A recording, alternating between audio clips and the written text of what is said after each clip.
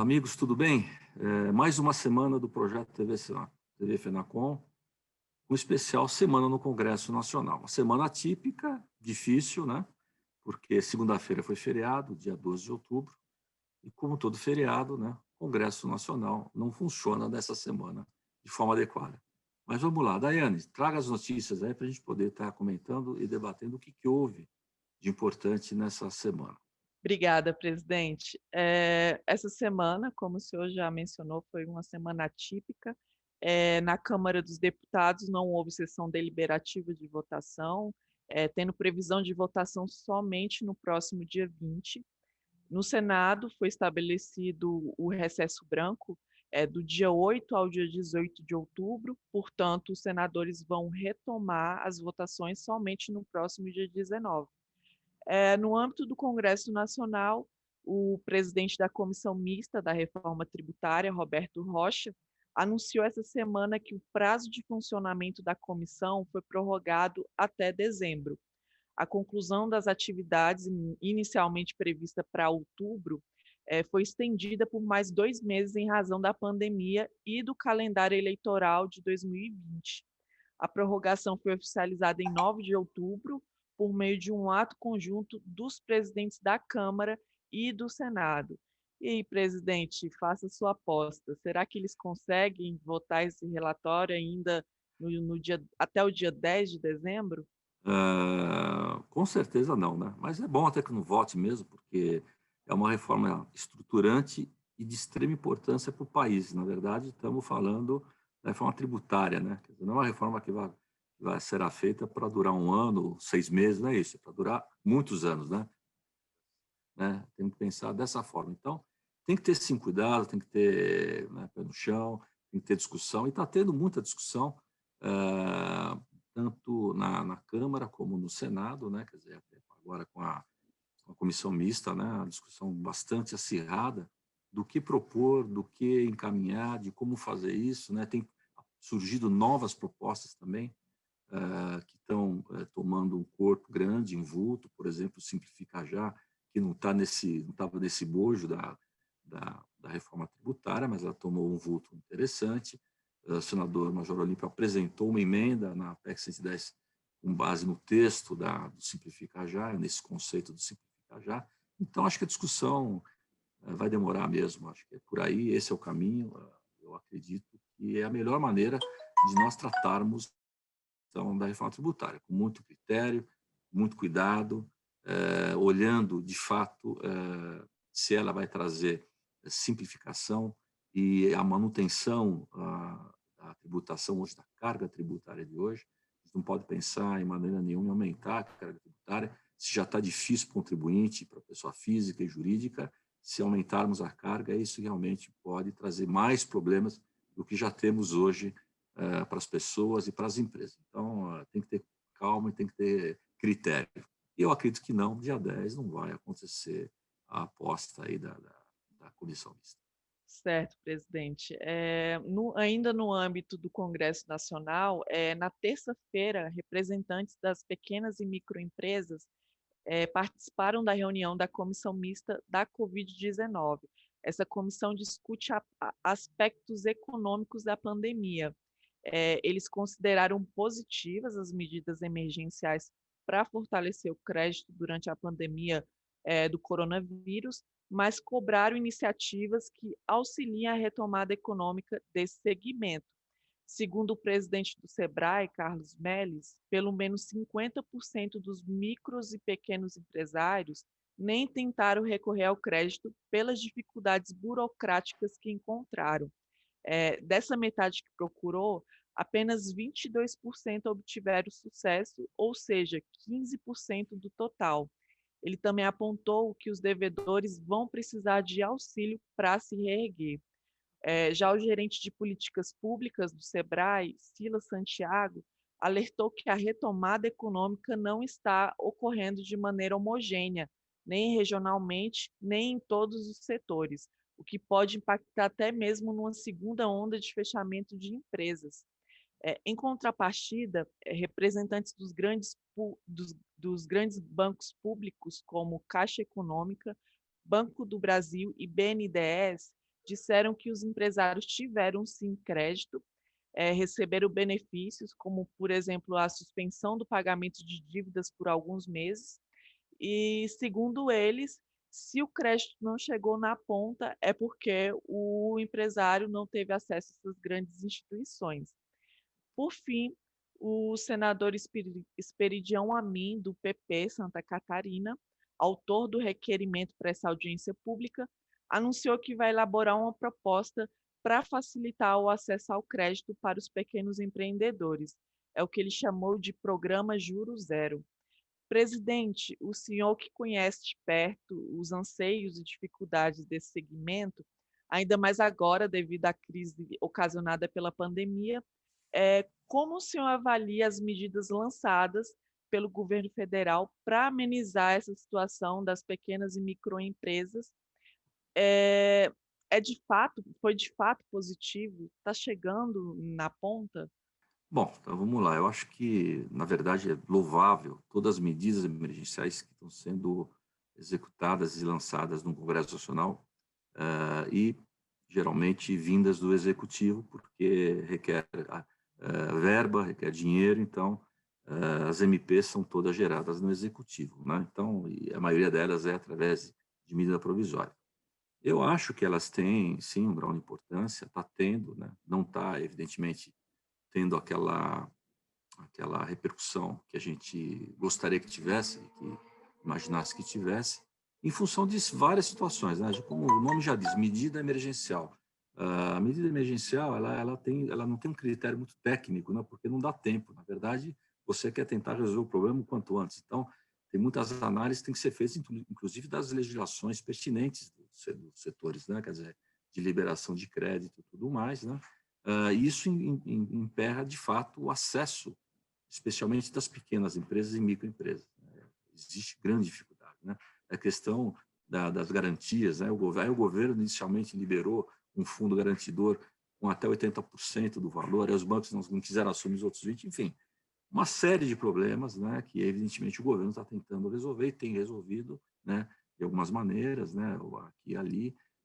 Realmente a Caixa, especialmente a Caixa e o Banco do Brasil também, tem conseguido liberar, também não na íntegra o valor que eles imaginavam que poderiam liberar lá atrás, né, que era de 30% do valor sobre o faturamento da empresa no ano anterior, mas também não havia essa condição, era melhor fazer de forma mais democrática, disponibilização dessa verba de forma mais abrangente, pegando mais empresas, né? Mas, enfim, o governo tem vindo aí, eu acho que está todo mundo sensibilizado com essas questões. Essas medidas são extremamente importantes, né? O fato de não ter quebrado muito mais empresas do que já quebrou é por conta dessas medidas emergenciais.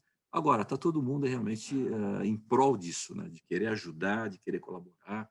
Eu acho que todo mundo que está falando a verdade e falando certo, né? Evidentemente, cada um visando um conceito, visando um momento, visando determinada situação, né? Realmente, todas as falas aqui, do Cida Santiago, do Carlos Mérez, do Sebrae, enfim, de todos que estão envolvidos em todos esses processos, né? Os senadores, né? Trabalhos muito bons, Jorginho Melo fazendo um trabalho espetacular nessa questão de ajudar as empresas a manterem seus negócios, né? Agora, Espírito Amin vindo com esse nova proposta de projeto, acho que é muito importante, muito salutar para a manutenção não só da vida das empresas, mas é uma questão social, né? Porque é um efeito dominó. Se as empresas começam a fechar, começa a haver desemprego, começa a haver demissão em massa, quer dizer, essas situações é que preocupam realmente e sensibiliza aí o Congresso Nacional. Então, não acho que ninguém está errando. Na verdade, é que existe uma legislação e se você for cumprir o que está na legislação, muitas das vezes emperra o repasse da verba. Então, essas arestas que estão sendo aparadas ao longo desse processo são pertinentes sim para você poder abrir cada vez mais o acesso a esse dinheiro que o governo está se propondo a liberar na manutenção das empresas e na manutenção social, né, na atividade social, que todos continuem aí mais tranquilos dentro dos seus negócios. Presidente Sérgio, vale mencionar que o governo permanece publicando medidas voltadas para a classe empresarial. Na quarta-feira, por exemplo, foi publicado no Diário Oficial a prorrogação dos prazos para celebrar acordos de redução proporcional de jornada de trabalho e de suspensão temporária de contrato de trabalho. Essa medida foi o benefício emergencial de preservação do emprego e da renda, instituído pelo governo em abril, por meio da medida provisória 936, e foi transformado na Lei 14.020 de 2020. Então, o governo permanece forte, né, em prol da classe empresarial. Isso, de fato, é importante, né? Quem não fez ainda, né? Ou fez porque já tinha um período de 90 dias, outro de 60, então você poderá fazer isso até agora, esse prazo estendido até dezembro, né? O que o governo poderia pensar também é abrir também esse prazo, ou seja, de quem fez a suspensão, né, por 60 dias, poder fazer por mais um período de 60, enfim, que isso ajudaria, de fato, a manutenção dos empregos, né? Então, o objetivo principal dessa medida é a manutenção dos empregos pelas empresas, né? Então, você traz um equilíbrio melhor, né? Você reduz um pouco, em alguns momentos, a carga trabalhada, né? Mas, em função disso, você despende menos dinheiro, porque você está também sem dinheiro, você é empresário, né? Então, isso facilita. Então, além de estender o prazo até o final do ano, né? Seria importante também, na minha opinião, abrir mais o prazo também da aplicação dessa medida, né? Isso é importante, porque muitas empresas já fizeram tudo o que poderia fazer, tanto na suspensão temporária, como na redução do salário, né? Dentro dos prazos legais previstos na medida provisória. Então, o ideal é que se abrisse também isso, né? Não só o prazo para se fazer isso até o final do ano, mas que se fizesse também a abertura de mais prazo para o benefício em si, né? Porque aqueles que já praticaram, hoje, muitos estão na mesmíssima situação, né? Voltou ao normal a empresa, né? E se houvesse essa possibilidade, muitas das vezes ele não manda embora o funcionário, efetivamente, e tem um fôlego maior aí para poder sobreviver nessa retomada da economia agora, na virada do ano. Então, acho que seria bom se pudesse também esticar mais esses prazos aí. Certo, presidente. Bem, na quinta-feira passada, na última quinta-feira, a Frente Parlamentar Mista da Reforma Administrativa no Congresso Nacional lançou uma agenda prioritária que defende a inclusão dos atuais servidores públicos e dos chamados membros de poderes, como magistrados e parlamentares na reforma administrativa. Presidente Sérgio, Rodrigo Maia disse concordar com o texto original do governo. Ele defendeu que a proposta trate apenas dos futuros servidores e não atinja os atuais. Maia disse ainda que está conversando com os líderes para que se possa iniciar a comissão especial nas próximas 2 ou 3 semanas. Apesar disso, ele reconheceu que a proposta não é a maior prioridade do momento, está atrás da PEC emergencial e da reforma tributária. Presidente, o senhor concorda com essa projeção traçada pelo presidente da Câmara? Em termos, né? Nem na íntegra, não. Primeiro que eu acho que a reforma administrativa é prioritária a reforma tributária, na minha opinião, né?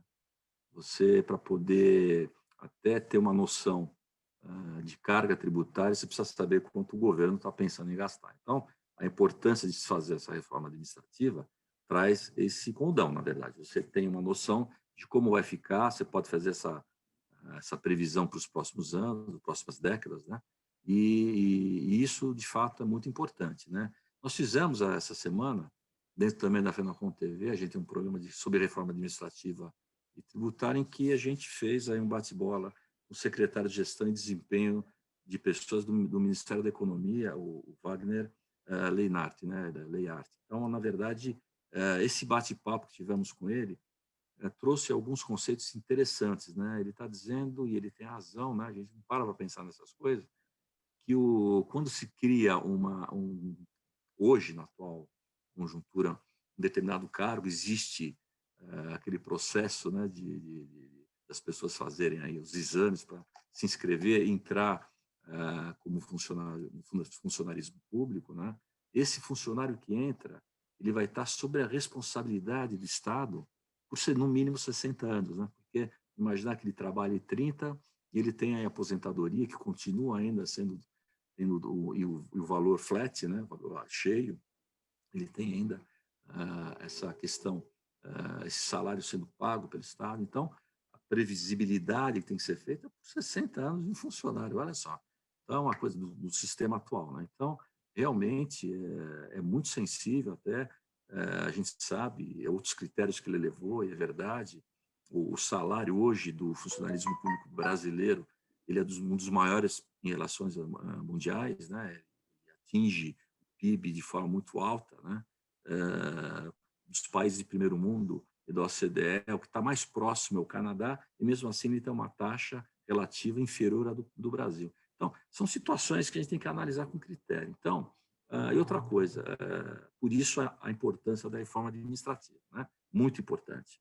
Então, eu colocaria na frente da reforma tributária. Acho que isso é uma questão prioritária para o país, né? A gente vai determinar daqui para frente como vai ser a condição do país. Outra situação importante, ele trouxe também esse dado, que até o final dessa década aqui, nós estamos passando, 2020 a 2025, mais ou menos, 40% hoje dos funcionários públicos se aposentam. Então, é um dado importante, porque vai ter uma reciclagem muito forte, né? Então, quanto antes aprovarmos a reforma administrativa, os novos que ingressaram com esse novo conceito que se propõe na reforma administrativa, que é um conceito muito diferente, muito moderno, e que se aplica hoje na maioria dos países desenvolvidos, né? E que demorou, como ele bem colocou, de forma muito criteriosa, fatiada, porque não dá para se fazer uma mudança generalizada, né? E outra coisa que também, a princípio, a gente até ficou meio, poxa vida, não está incluindo ninguém atualmente do servidor público na proposta, né, daqui para frente. Então, isso é uma coisa que nos chamou a atenção e evidente que eu já tinha esse conceito de que foi uma proposta inteligente do governo, porque, obviamente, você teria muitas resistências políticas, inclusive, para poder fazer com a inclusão dos atuais servidores públicos. Obviamente, isso não ia andar, né, lá no Congresso, imagino eu, né? E mais do que isso, né, o problema do direito adquirido, né, quer dizer, a judicialização dos servidores atuais, né, nessas questões, se você, evidentemente, cortar o benefício dele. Quer dizer, não dá para você fazer isso no meio do caminho, né? Ele entrou, quando entrou, era um critério, e você quer cortar o critério no meio do caminho. Então, isso geraria muita polêmica, muita judicialização, e, enfim, isso não ia funcionar de forma adequada. Então, eu acho que o critério de pegar daqui para frente realmente me convenceu, fiquei convencido de que ele é a melhor maneira e é a mais fácil de você propor de forma muito clara, muito democrática e transparente, para que todos que queiram ingressar terão esse direito de ingressar. Aí tem todo um critério, né? Ele colocou muito bem, dividido em cinco formas de contratação, e explicitou de forma muito clara como é que funciona isso. E eu gostei muito do projeto muito robusto, e feito, não, ele foi muito claro, não é, isso não saiu só da cabeça deles aqui, não, são critérios já analisados até, na sua maioria, por atuais funcionários públicos, né, que estão dando sua contribuição para que isso seja feito com um critério justo, né, e que se coloque isso em prática e que o país realmente, dentro dessa nova fase, tenha uma redução efetiva aí nas suas despesas, especialmente de folha de pagamento, que é hoje a grande massa, vamos dizer assim, de verba que é gasta e que a gente não tem controle, né, do jeito que está hoje a legislação do servidor público. Então, Eu acho que são essas as minhas considerações com relação à posição aí da Câmara, do Maia, do Rodrigo Maia, enfim, eu acho que é importante a gente ter essa visão. Acho que não